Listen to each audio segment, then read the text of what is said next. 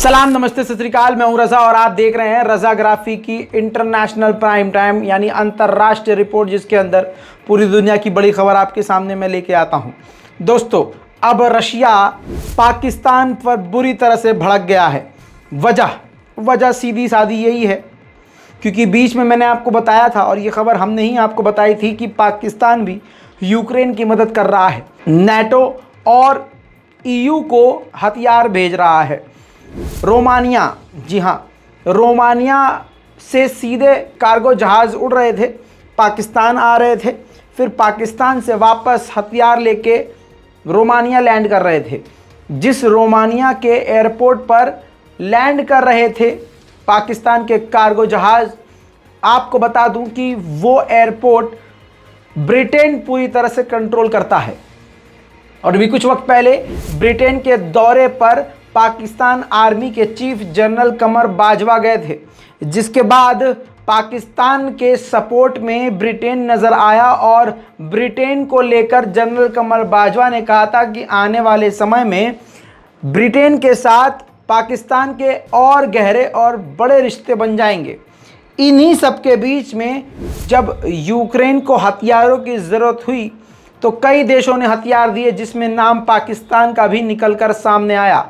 Russia ने हालांकि अब तक कुछ नहीं कहा था, लेकिन भारत में रहने वाले रूसी राजदूत ने कल बड़ा बयान दिया।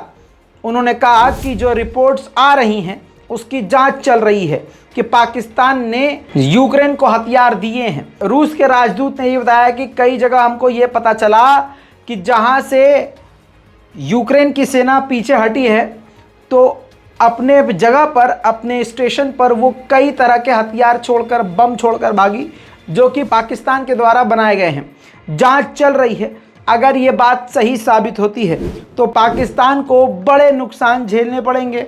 रूस और पाकिस्तान के पूरी तरह से रिश्ते ख़राब हो जाएंगे। दोस्तों, आपको बता दूं कि पाकिस्तान पर पहली बार रशिया भड़का है, और सिर्फ भड़का ही नहीं, रिश्ते ख़त्म करने की भी बात कर दी है।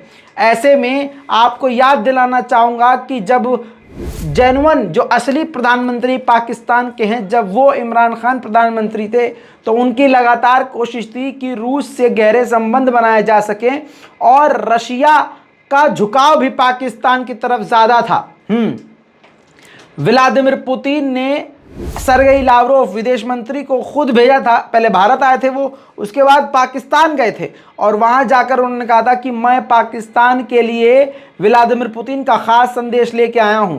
याद दिला दूं आपको, मैंने ही इस बात को कवर किया था, खबर को आपको बताया था, और जुमले यही थे सरगेई लावरोव के कि पाकिस्तान को किसी भी चीज़ की ज़रूरत है, रशिया पाकिस्तान के दरवाजे पर उस चीज़ को लेकर खड़ा है। यानी व्लादिमीर पुतिन और पाकिस्तान इतना करीब आ रहे थे, इमरान खान और पुतिन करीब आ रहे थे। इसी बीच में अमेरिका की उंगली पाकिस्तान में होती है।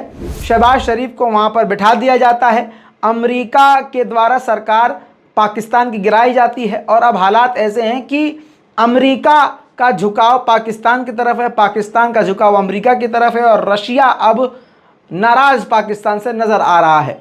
वहीं आपको बताऊं, संयुक्त राष्ट्र की मीटिंग में पाकिस्तान के नए प्रधानमंत्री शहबाज शरीफ ने कई मुद्दों पर बात रखी है।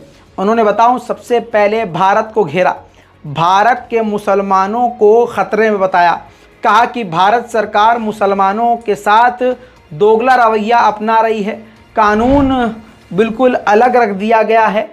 और जो उन्होंने मेन बात कही है वो ये कि शरीफ ने भारत पर आरोप लगाया कि वहाँ के मुसलमानों के खिलाफ जुल्म किया जा रहा है और उत्पीड़न का अभियान जारी है। यानी बिल्कुल प्लानिंग के तहत मुसलमानों को मारा पीटा जा रहा है। पाकिस्तानी PM ने कहा कि भारत के मुसलमानों के साथ भेदभाव किया जा रहा है कानून में भी, जिसमें उन्होंने बताया कि आप देख सकते हैं हिजाब बैन, मस्जिदों पर हमले, मॉब लिंचिंग, ये सब चीज़ें बढ़ रही हैं। साथ में उन्होंने कहा कि पाकिस्तान अपने सभी पड़ोसी देशों के साथ शांति के साथ रहना चाहता है। शहबाज शरीफ ने अपने देश में आई भयंकर बाढ़ का जिक्र भी किया और राष्ट्रपति बाइडेन का भी धन्यवाद अदा किया, क्योंकि पाकिस्तान की अमेरिका ने काफ़ी मदद की। आपको बता दूं कि देश में आई बाढ़ से लेकर पाकिस्तान ने इजराइल, फिलिस्तीन, इस्लामोफोबिया और कश्मीर तक पर अपनी सारी बातें रखी हैं, जिस पर भारत को बिल्कुल ये अच्छा नहीं लगेगा। लेकिन बात पाकिस्तान के प्रधानमंत्री ने ये सही कह दी है कि भारत में मुसलमानों का हाल काफ़ी बुरा है। अब आपको बता दूं कि पाकिस्तान ये ना भी कहता तब भी ये हो ही रहा था, लेकिन अब पाकिस्तान ने कह दिया है तो अब ये मोदी सरकार को बहुत ज़्यादा बुरा लग सकता है। लेकिन आपको अच्छी बात बता दूं कि भारत यूएन में इसका जो बीजेपी सरकार के द्वारा जो प्रतिनिधि हैं जवाब ठीक से नहीं दे पाए। उन्होंने हाँ पाकिस्तान को इस बात पे ज़रूर घेरा कि शहबाज शरीफ ने जो कहा कि शांतिपूर्वक तरीके से पड़ोसियों के साथ रहना चाहते हैं, तो कोई भी शांति से रहने वाला देश बॉर्डर के पार अपने पड़ोसी देशों के अंदर आतंकवादी नहीं भेजता है, मुंबई में हमले नहीं करवाता है और अलग अलग जगहों पर बॉम्ब प्लान नहीं करता है और आतंकी संगठनों को सपोर्ट नहीं करता है और पनाह नहीं देता है। बस इतनी बात कही है। जी हाँ, आगे मुसलमानों पर हो रहे जुल्म, मस्जिदों पर हमले, इन सब पर कुछ नहीं बोल पाए भारत के प्रतिनिधि यूएन में।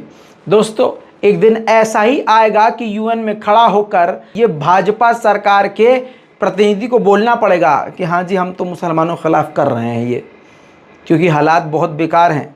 भारत में मुसलमानों के हालात सबसे बुरे हैं, लेकिन मुसलमान अफसोस समझ नहीं पा रहे हैं। दोस्तों, आपको बता दूं कि अमेरिका की कामला हैरिस जो हैं उपराष्ट्रपति, वो एशिया के दौरे पर आने वाली हैं। इसी दौरान पता ये चला है कि नॉर्थ कोरिया उसी ट्रिप के दौरान अपनी ख़तरनाक सबमरीन से ख़तरनाक अब तक की सबसे ख़तरनाक न्यूक्लियर मिसाइल टेस्ट करने की तैयारी कर रहा है। ऐसे में अमेरिका और नॉर्थ कोरिया के बीच में टकराव बढ़ सकता है। इसी बीच में दोस्तों, आपको पता है चाइना अपने जो देश में हो रहा है वो बाहर नहीं जाने देता खबरें, लेकिन इस बीच में चीन की कुछ बड़ी खबरें निकल के आई हैं। अगर ये खबर सच है तो काफ़ी बड़ा मामला है। जहाँ तक हमने पड़ताल करी है, ये चीन में खबर वायरल हो चुकी है। चीन में ये बहुत तेज़ी से खबर चल रही है, क्योंकि चाइना का मीडिया दिखा नहीं सकता है, क्योंकि सरकार के ख़िलाफ़ हो जाएगा और चीन की जो पॉलिसी है वो काफ़ी ख़तरनाक है। ऐसे में सोशल मीडिया पर, चीन के ही सोशल मीडिया पर बड़ी बातें चल रही हैं और चीनी जर्नलिस्ट काफ़ी बड़ी बड़ी बातें कह रहे हैं सोशल मीडिया पर। आपको बताऊं, शी जिनपिंग अभी एससीओ की मीटिंग में चीन से बाहर निकले थे।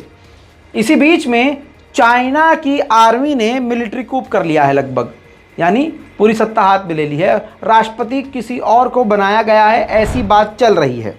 बड़ी खबर बता रहा हूँ, एक एक लफ्ज़ पे ध्यान दीजिएगा। शी जिनपिंग जब मीटिंग से वापस पहुंचे हैं चाइना, तो बताया जा रहा है कि उनको हाउस अरेस्ट कर लिया है। इसके बाद उनको सेना अध्यक्ष के पद से हटा दिया गया है। अब वो मिलिट्री के खिलाफ कोई एक्शन नहीं ले सकते अपनी।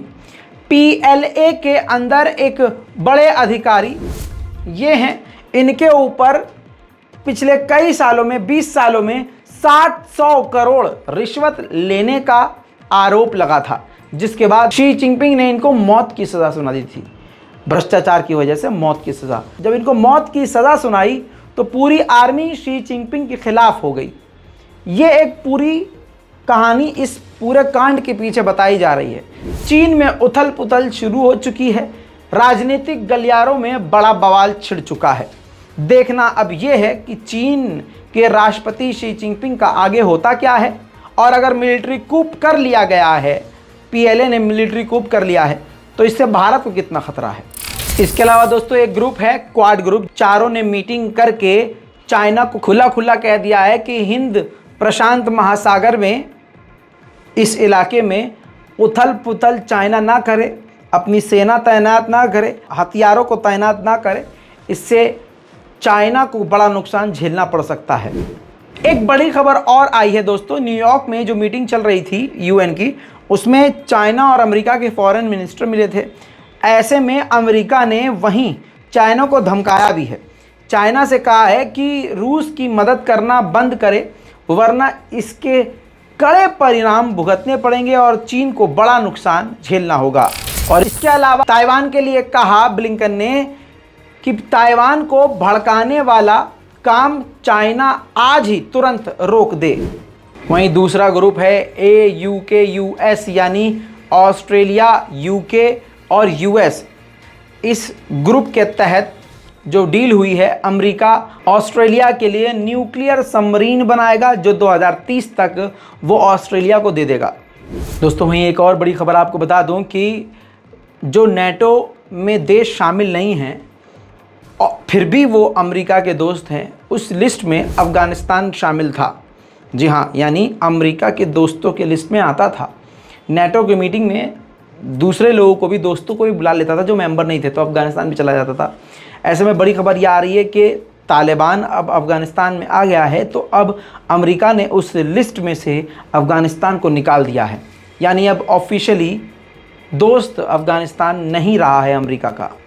वहीं आपको एक और बढ़िया जानकारी दे दूं, दुनिया में सबसे बेहतरीन 20 एयरलाइंस हैं, उसकी लिस्ट जारी की गई है, आपकी स्क्रीन पर है। और पहले नंबर पर आपको बता दूं कि पूरी दुनिया में सबसे अच्छी जो एयरलाइंस है वो है कतर एयरवेज, दूसरे पर है सिंगापुर एयरलाइंस, और तीसरे पे है एमारात, और चौथे पे है ANA आल निप्पॉन एयरवेज, और पांचवे पे है कंताज एयरवेज, फिर जापान एयरलाइन, फिर उसके बाद Turkish Airlines, Air France, Korean Air, Swiss International Airlines, British Airways, Etihad Airways, China Southern Airlines, Hainan Airlines, Lufthansa, उसके बाद Cathay Pacific, KLM, EVA Air, Virgin Atlantic और विस्तारा। इसी अहम जानकारी के साथ अंतर्राष्ट्रीय रिपोर्ट का यहीं समापन। इस पूरी रिपोर्ट पर अपनी राय ज़रूर लिखिएगा, रिपोर्ट को शेयर कीजिए। मैं हूं रज़ा और आप देख रहे हैं रज़ाग्राफी। जय हिंद।